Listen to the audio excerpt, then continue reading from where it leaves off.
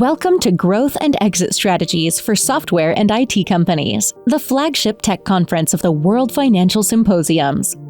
The GXS conference caters to tech founders and investors in tech M&A, covering topics like investments, growth strategies, buyouts, sales, divestitures, and mergers. Thank you for joining us. Let's begin. Welcome back. It's time to move on to the buyers panel moderated by Brendan O'Brien, Senior Vice President of Corum based in Ireland. And he's going to answer the key questions, such as what are the tech buyers looking for in today's market and how can you build relationships to capture maximum value? Brendan, the floor is yours. So hello, everybody, and welcome to our buyers panel here. I'm joined today by buyers from 4 different interesting companies, and they'll all introduce themselves in a moment. But the purpose is really to give some practical insights into the world from a buyer's perspective for any founders and entrepreneurs. And some of these are looking at lots of different companies and maybe even one of yours in the near future. I'm one of the senior deal makers here at Corum, and I work with lots of interesting startup and early stage companies as they go out and launch the market and work with various buyers, such as my colleagues here on the call. What I'm going to do is I'm going to go around each person here and ask you maybe to introduce yourself fairly briefly, and I'll go in order of how I see you on the call here. Marco, do you want to do a quick introduction, please? Yes, good morning. I'm Marco Latini. I'm the CFO of Cybergate, an Italian company. We work in the cyber intelligence and cyber security industry, and we are following a buy and build strategy since 3 to 4 years with a lot of acquisition in Italy and abroad.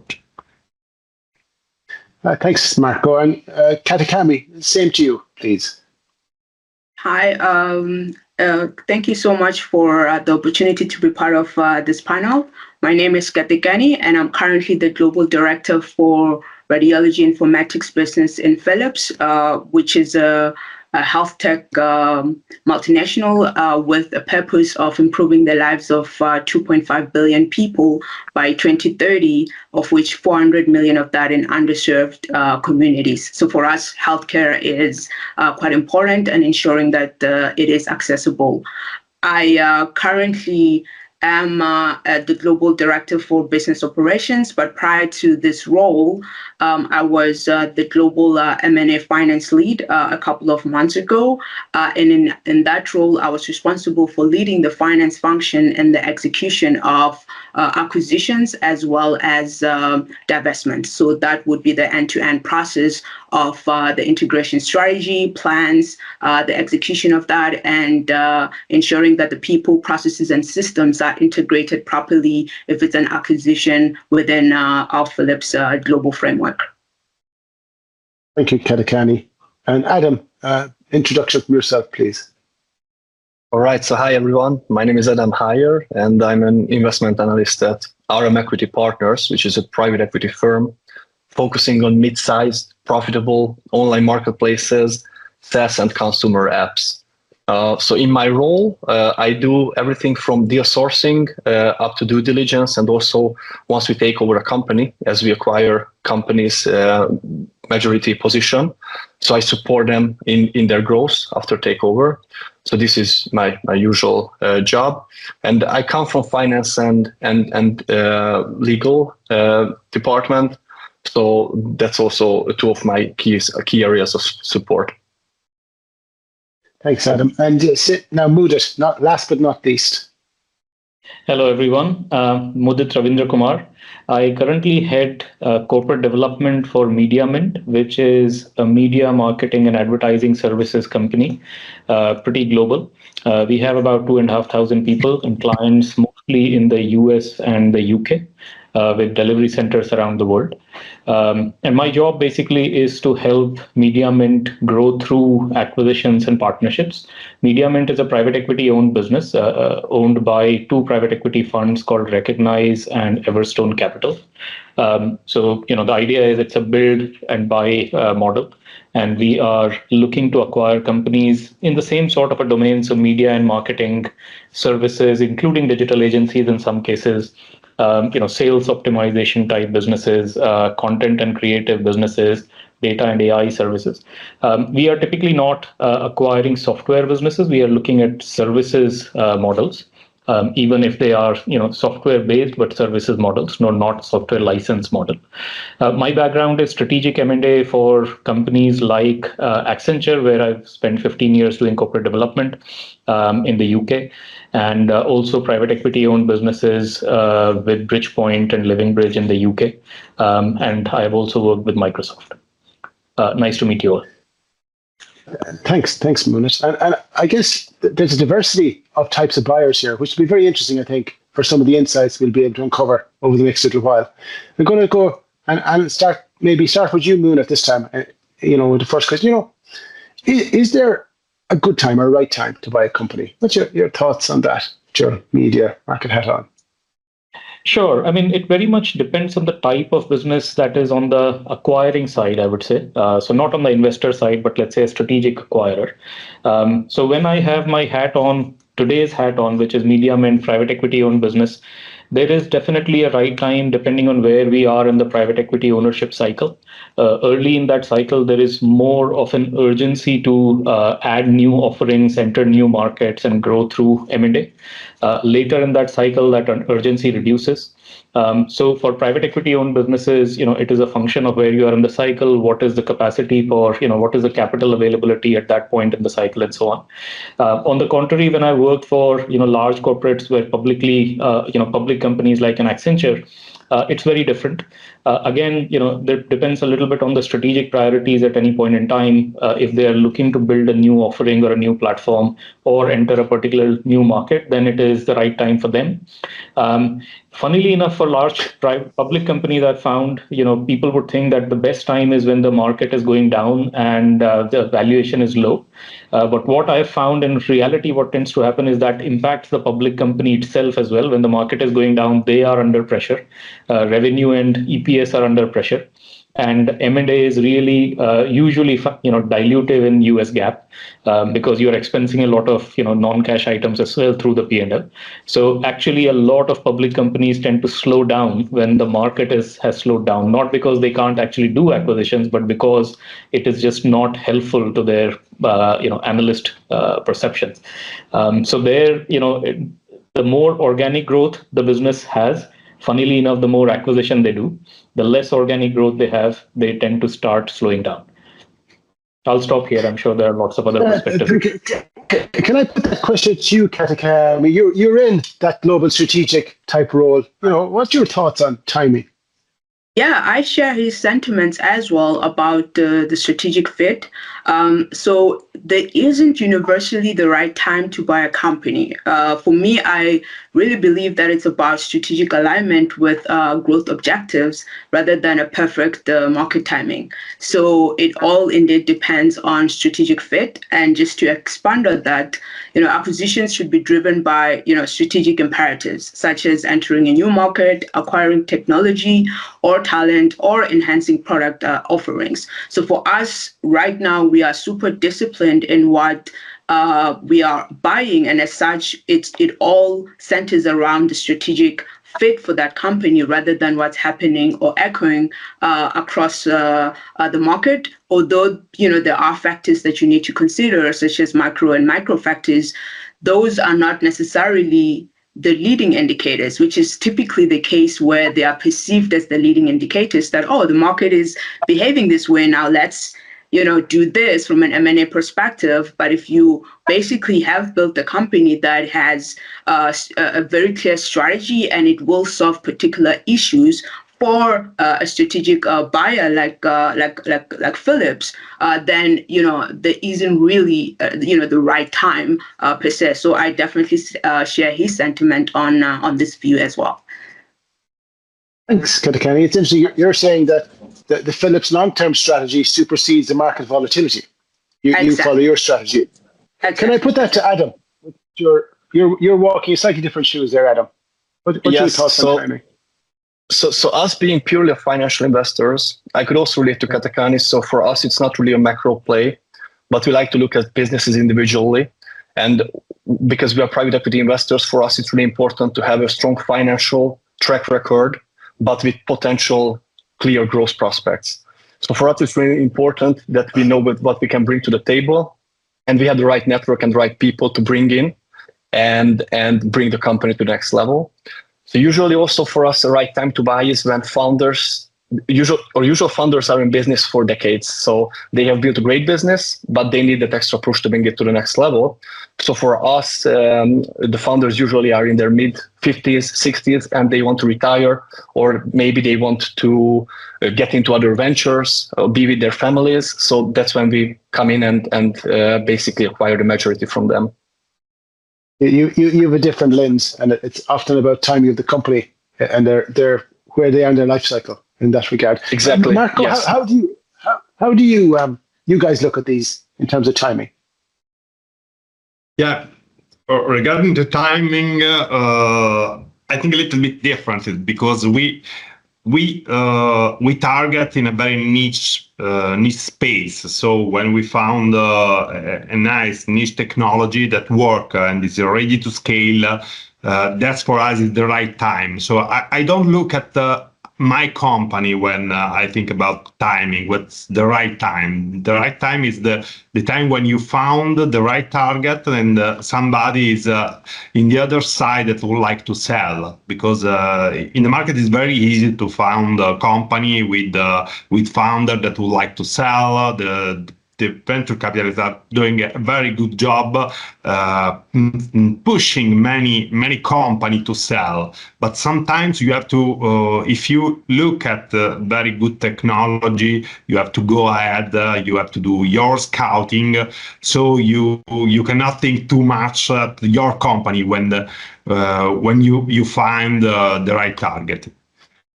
In the past, I've worked with another company with some private equity behind, and we consider also also the motivation of the seller, like Adam said, but not in that moment, not in the deep tech. In deep tech there is a great scarcity of targets, so you cannot think too much because someone else. We take your place in a very fast time. So you have not too much time to think if it's the right moment or not. Okay, so you're more the opportunities there. You want to execute on it quickly as part of that. When you get the right, when you found the right target, that for us means very niche technology. Not really industrialized, but ready to be industrialized. That bring and brought at scale. Okay, very good. Thank you. Guys, a lot of the people watching us here are maybe they're entrepreneurs or founders, and they're wondering, should I go to market and what do I need to do? Is there any thoughts you or advice you would give and companies look to prepare themselves to go to market? Maybe some examples of what they could do right or what you've seen go wrong. Just Katekani, will you start maybe from your perspective there? Yeah, that's a good question. So for me, I look at it in the fact that there are a couple of things that they have to consider, and all of that shouldn't necessarily be considered at the time that they now want to execute on an acquisition. So preparing early and being ready for the process is quite important. And whenever you build your company, it's always advised to have a clear exit strategy and ensure that if that exit strategy has an M&A aspect to it, that you start preparing early and be ready for due diligence, because most likely a lot of the information that is required in due diligence, which is very time consuming, it's information that you can already store in a secure place and continue to update. So running your company in a way that it allows you to be ready, which also builds on to my next point, which is building a scalable and predictable business model that can be run and acquired quite easily, because as targets, there is a high preference for predictable revenue streams, strong customer retention, as well as a scalable business model. So it's quite important to just get your house in order and ensure that operationally and legally you are able to have everything prepared and you are ready for that process. So also just building and investing in a strong management team and talent, that is very important to be able to have the company run outside of yourself. So in most cases, some CEOs, they run their companies in a way that there isn't really a contingency. So if they're not there, the leadership team aren't able to continue and run that company. So investing in a strong management team that can run on their own and have it does bring us confidence, especially when we are buying. We do look at those things.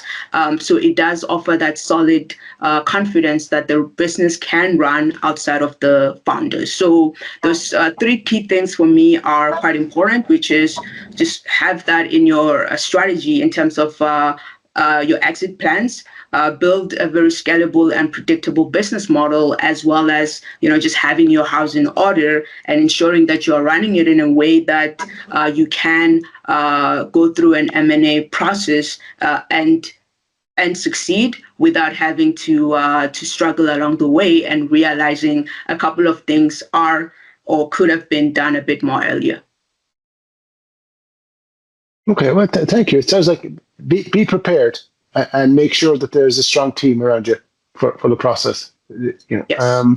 Adam, in your world, I guess you might have a different take on some of those things. What goes well, and what are things that you come across and whoa, that's kind of upset the deal. If it did differently, it would have been better. Yeah, so for us, for example, since we look at for software and online related businesses, for us, one of the things that could really delay the process if they don't have the right KPIs and data in place. And that means that they would have to go and work on that once we ask the questions from them. So what I could recommend, I think it's really good to talk to someone who has done deals before, who works in M&A, because those people know exactly what buyers are looking for. So there's always a pattern. Usually I would say 90% of the time, companies get the same questions. They would like to look at the same data. And I would also recommend that once they have the data in place, it will also be great to have the raw data in place in case the investor asks for it, because us too, we are looking at raw data and we like to do our own analysis. And in case they don't have it in place, it could take a lot of time to get to that and analyze it. And time it kills deals in your experience. If it takes too long to respond, Adam. Yeah, sorry, what was the question? If it takes too long to respond with fundamental information you need, they just move down the priority list from your perspective. Yes, exactly. So we look at a lot of companies on a yearly basis, and we have usually we buy 1 to 2 companies a year. So that means that we are in parallel processes. That means that in case a company is slow, the other one might be more interesting, and we could close the deal earlier. So it works better for us overall.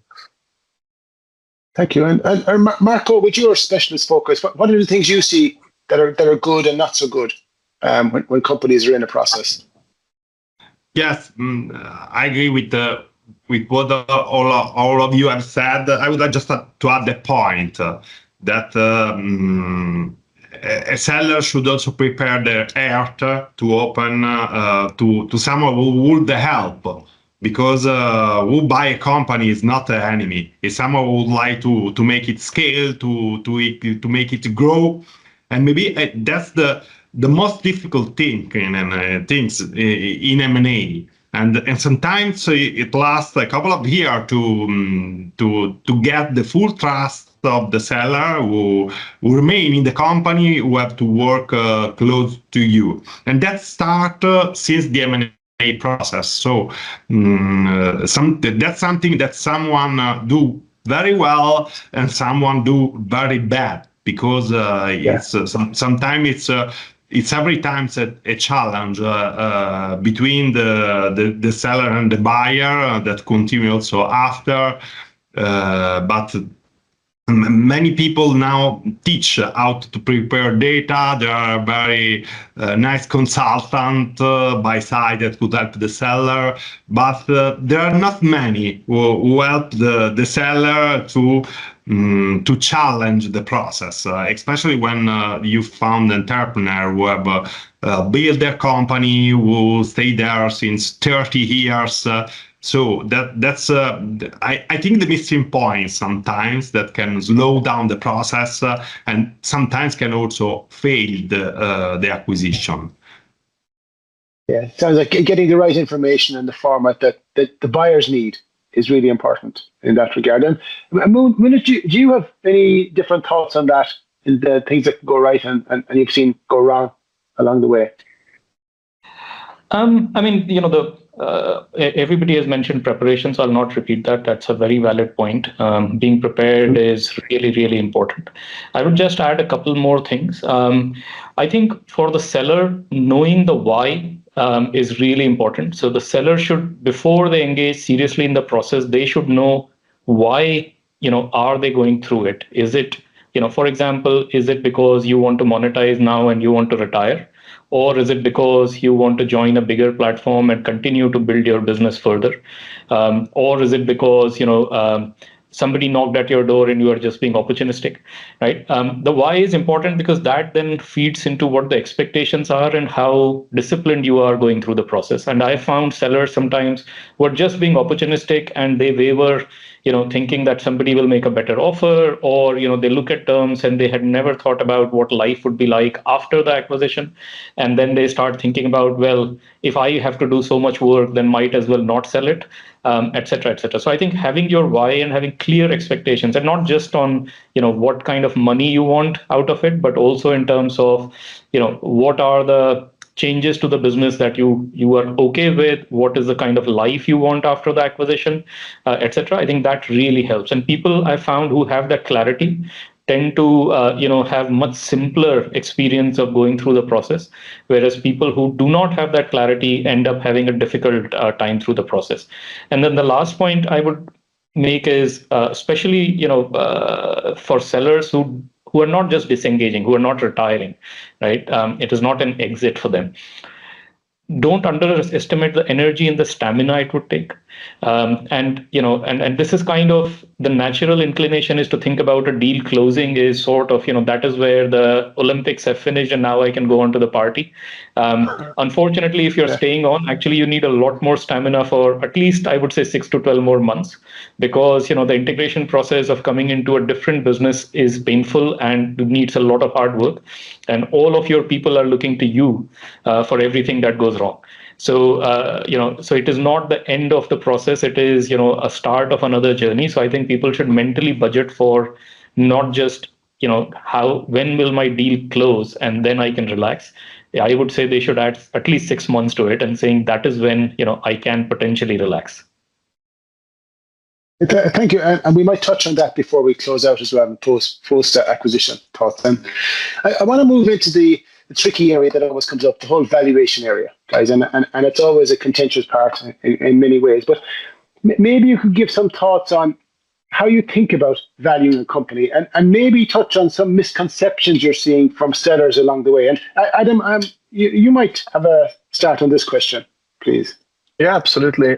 So for us, so we value companies on an EBITDA basis. That's a usual metric, and how we value the companies is really coming down to their unit economics. Are we looking at a company with high gross margins, or it's a gross margin business? We usually like the companies that have a high EBITDA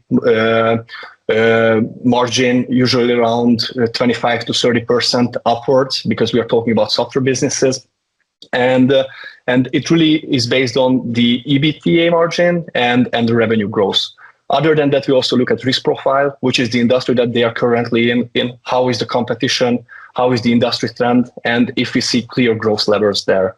And I would say one of the key misconceptions is that usually when we talk to companies, they bring all the comps that they look at either in the public markets or the private markets with high VC valuations, and they try to compare them themselves to those companies.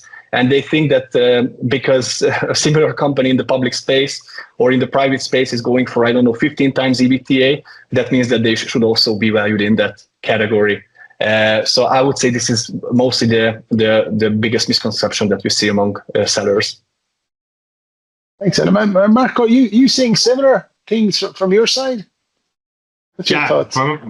We use similar valuation. So we look at the EBITDA margin. We make some control regarding the cash conversion of the company. Then we usually made our own business plan of the target with synergy, and based on that we make the role play with the multiple, because the price is an agreement between buyer and seller. So you need to know how much is the price that the seller has in mind. And we are normally very open to different type of contracts. So if we can't agree on price, we work with collar, with put and call, with earn-out.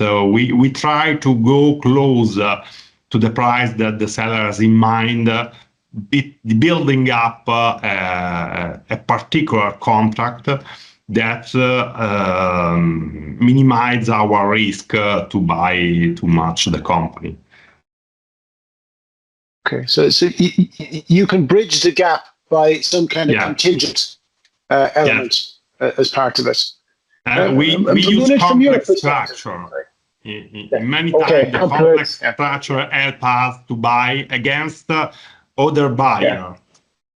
Okay, good. And Mudit, do you guys see that, or what's your approach when you think about valuation? Actually, Marco and Adam have covered pretty much all of it. So, we look at, our business case and do a discounted cash flow based on what is our view of the future potential of the business. We look at, multiple precedent transactions as well as public market multiples. Like Marco said, valuation is in the eye of the beholder. I have had deals where, we would have valued something at 50 million and they have gone for 500 million. So it really is it can be a huge risk. So that happens. And the last point, which Marco mentioned, is also very valid, which is it is not just one number that one is talking about. It is the whole package, which includes, things like any deferred or contingent payments like earnouts. It could include even employment agreements, right? They might be paying themselves below market because they're entrepreneurs, but now, you can actually give them a better salary. You could give them equity in the acquiring business, which has a different value, etc. So, it's the whole package that the sellers should look at, not just one headline number. Okay, thank you. And I wonder, is that any different, Katekani, from a strategic acquirer's perspective when you're looking at valuation and things? It's quite similar. So we typically also use a combination of different methods, the comparable company analysis, previous transactions, discounted cash flow. And for early tech companies, we might also use revenue multiples to find the right valuation. So it always depends on the company's maturity, industry, and what's available from a data perspective, because we also have acquired companies that are pre-revenue. They are still going through the process of building the solution, and as such, when you are valuing that company, it is a bit of a challenge to find the right balance. So I can also share the sentiment around just the differences and also the perceptions, more especially whenever you are engaging with targets. One that I do see as a misconception that I want to mention before you move on is that high growth guarantees a high evaluation. So whenever a target has been going through a very high growth season, they basically think to themselves, well, I should have the upper of the multiples because I've been growing significantly, and they do not understand that as much as growth is important, we also look at profitability, sustainability, and the quality of revenue as well. Is it recurring versus one time? So high growth with poor margins and high customer churn can significantly discount the valuation. So I wanted to also just mention this point when it comes to some misconceptions and something important for someone who's looking to sell their company because they are experiencing high growth. Other areas are also in check. So yeah.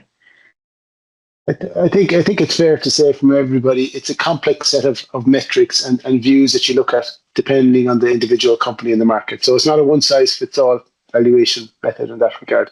Can I ask a question or two about the due diligence process? You all have due diligence processes, and you might just chat a bit about it and how long it lasts, and the likelihood of companies that go into coming out with the deal closing.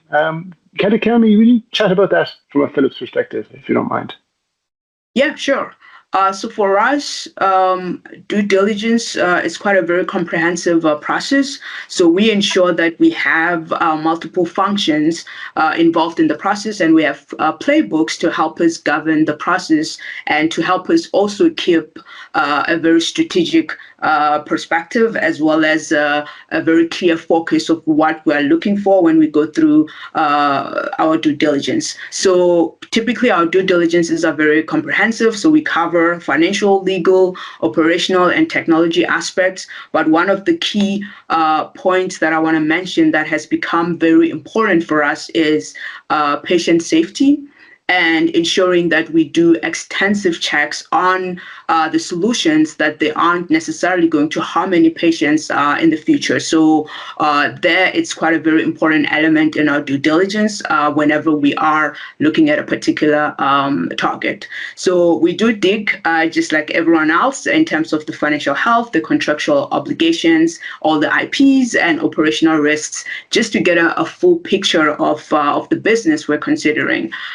One of the things that I also want to mention is that for someone looking to sell their company, for us, when we go through a due diligence, we don't necessarily do it straight away. So we do have a couple of checks and points to determine whether or not we should go into a due diligence, because it's quite expensive. It requires a lot of resources from our side. So the purpose of the due diligence is to confirm what we already have been informed and told on the basis of the discussions that we will have with the potential target. So in this scenario, transparency is so important that we shouldn't go into a due diligence and find high risk aspects that were not necessarily mentioned before, because once you break that trust, it does make it a bit challenging for that relationship to continue accordingly. So I also wanted to just mention this, that the due diligence is to confirm what we already have information about and discussed and you've shared. It's not to reveal any surprises, and typically if there are, then that's when it gets very, very exciting. So also wanted to make sure that it comes across quite clear that transparency does build relationships, and it does simplify and help to speed up the due diligence process. That's very interesting. Good point. I think what you're saying is we believe you, the sellers, right the way up until the LOI, but once we sign that, we're going to double check everything you told us. And Exactly. Make sure there's nothing hidden away. So be open and honest at the beginning, makes it much easier to close at the other end. Exactly. Can I go, Mudit? Do you want to chat about due diligence that you're seeing, and some thoughts around that, and things that you see that can break the deal as well, like Katekani touched on? Sure. So due diligence for me serves three primary purposes. One, like Katekani was mentioning, trust but verify. So is there something wrong with the business that we should be aware of? And that's one part of diligence. The second part of diligence is to underpin the business case and the deal structure. So to say what is the kind of future projections one can make on the basis of this business, which due diligence is very, very critical to do that. And then finally, from an integration perspective, to also basically to be able to draw an integration plan, knowing a lot more about the business helps incredibly. So it is not just an audit of the history, but also going forward, what is the best way to preserve the value it brings today and how to add to that value. So those are the three things that I focus on when doing diligence. To your question about what are the kind of things that can go wrong, I mean, there are literally no limit to the kind of things. But the things that that tend to be red flags and deal breakers.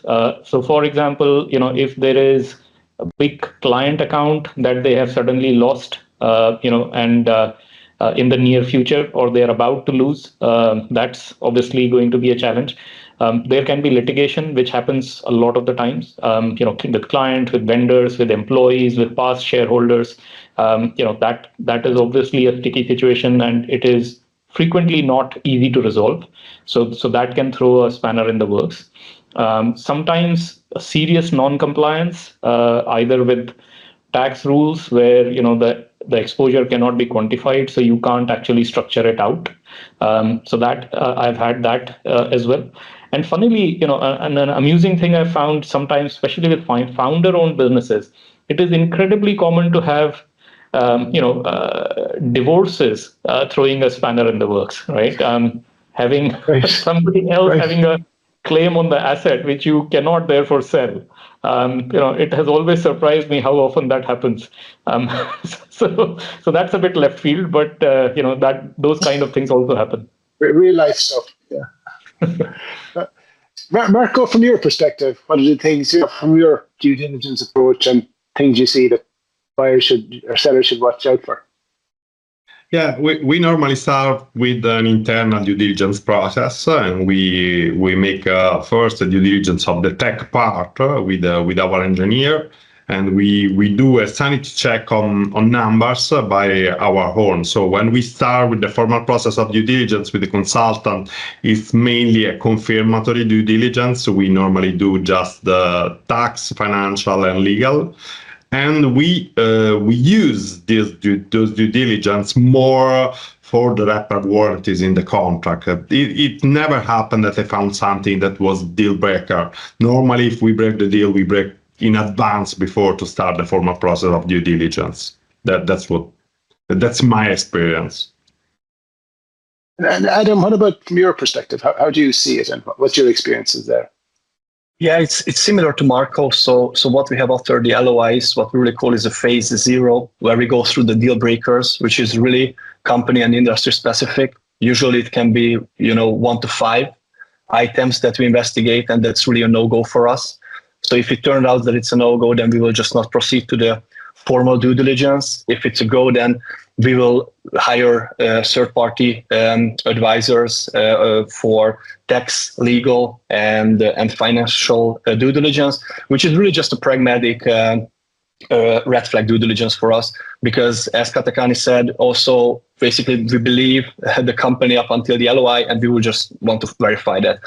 And for us, it's really important that we would like to get to know the key person in the business and see if they are someone who we can work with after takeover. So we usually do in-house or within our network the pricing, sales, and marketing workshop. And also there are other areas, again, software specific and online specific, that we cover and that needs to be covered. We also have usually for these areas people from our network. And after that, I think the most important point is that after these workshops and due diligence, so we have a clear plan that what we want to do with the company after takeover. That's what we call the 100 days plan. And we agree on that with management, and basically they will take over operations and start to execute. Thank you. And I guess, is it fair to say that for any of you guys, if you move into due diligence, your intention is to close, all things being equal, unless you find some red flags that come up? You don't embark on that cost or effort if you don't expect you're going to complete it. Is that a fair assessment? Yeah. I want to, Adam, you touched on the post-acquisition thing and 100-day plan there. I just want to chat as a final set of questions about what's that like? How long do you want to keep executives? What kind of agreements you put in place with them? That kind of thing. Post-acquisition, right? You close the deal. What's next? Is it for me? Adam, yeah. It's easy. Yeah. Okay. Yes. Okay. So again, it really depends on the company. But for us, usually we don't bring in external management right away. So it can be the case that the founder still stays on with a minority, or management key personnel take over. They become part shareholders. We really like to incentivize them to also invest alongside us and come after the founder, take over the company and work with us. So we, being an evergreen fund, we don't really work for exits, but we are more like a high dividend yield play that we do. So we like to keep management as long as we are happy with them and they are also happy with us. So we don't have a clear playbook here. But as I said, our intention usually is not to bring in external management right away. But during investigation, we like to ask where do they see gaps, and we help with hiring for those roles. But we are more financial investors, so we are not on the operational level. We're just helping with the strategy and basically connecting them to our network who can help them within their blind spots and gaps. And Marco, how does it work for you guys? When you acquire a company, what's the plan then for the executives? How long do you want them to stay? That kind of thing. So our person is not far from Adam. We normally have agreement for staying for 3 years normally with the founder, with the engineer, but our aim is to retain them as long as possible. So we would like we have some options, some put or call, but just to give them more money after the acquisition, so to provide other source of money in the future. But then we try to convert this money to share of our company to win the commitment of the founder. So that's our way. We buy not just company, we buy people, technicians. So our goal is to have as much of them as more time as possible in our corporation. Fair enough. And Katekani, from a strategic perspective, how do you view that, the key employees and founders post acquisition? Yeah, for us, it's quite dependent on the deal and the dynamics within that deal. So what we do is we have this planning as part of our due diligence process, and we make it an open conversation with the leaders in terms of what does that look like post acquisition, because we want to make sure that from the executive perspective, there is stability and continuity. What does that look like? And based on those conversations, we ensure that we have incentives that are able to incentivize those executives through performance-based earnouts or equity retentions, depending on what is necessary for that particular structure. For all the employees, we always hope that they remain in the company and also find other opportunities within the company as they grow. One of the synergy that I see that we hardly actually put a number on is whenever you acquire people and they end up taking on a bigger scope within our other businesses, and they play like 10 times more value they would have if they were still in that role. So it's quite important for us to create a culture where they are engaged. So we do track key metrics within the HR spectrum around engagement for the first 3 years. And we make it personalized in a way that it is at the attention of senior leaders, that if the scores are not looking good, we do ensure that there are interventions. So for us, overall, it depends on the deal, and we ensure that we structure incentives where needed to complement those conversations.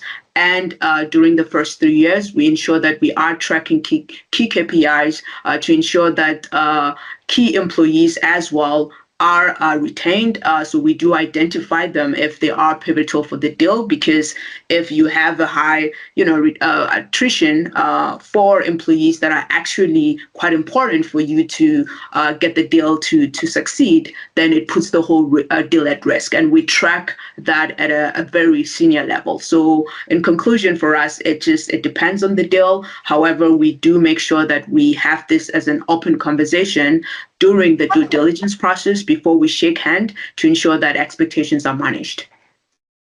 So you plan it and you manage it and give opportunities for growth as well in the organization. Exactly. Mudit, from your perspective, what does the post-acquisition world look like for founders? So, look, we are looking at services businesses, which are basically people-based businesses that we are acquiring. So, we want to retain the leadership, and we are also looking to retain the talent. So it is not about, cutting costs to squeeze out margins. It is more about future growth and how to build on the new capabilities. So the expectation is, the leaders will stay, as well as, most of the people would stay. and that an acquisition does not become the reason for them to start considering options. The integration part is pretty customized. So there are some things which are, which have to be integrated because of compliance and reporting. So finance, tax, some of the compliance related stuff that we don't want to keep separate for too long. So that part, does get integrated pretty quickly by necessity. But almost everything else can be customized to what is the acquisition about, what is the future vision for it.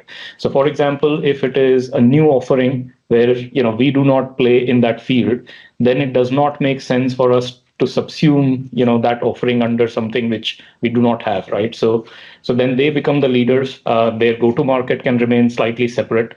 Their talent model, the way the HR structure is and the compensation structure is, can remain slightly different. Whereas if it is something very similar and very close to what we are already doing, then it might make sense to try and harmonize the two sides a little bit more. So the go-to-market can have one channel instead of two separate channels. The brand might get merged very quickly. The people model can also get merged pretty quickly. So it very much depends on why we are doing a particular deal and what is the future expectation from that. And to be honest, it feels like whether you're a financial buyer or a strategic, slightly different approach to how you can deal with the people afterwards. I'm going to wrap up now. And guys, thank you very much for your time. I want to thank my panel of Marco, Adam, Mudit, and Katekani for your time and your valuable insights today. It's really, really helpful, I think. And you could see some common themes, but some diversity of themes as well, depending on the organization and the buyer. So thank you very much for your time. And thanks very much, everybody, for joining us. Thank you. Thank you. Thank you. Thank you. Bye. Bye. To our audience, we appreciate your participation today.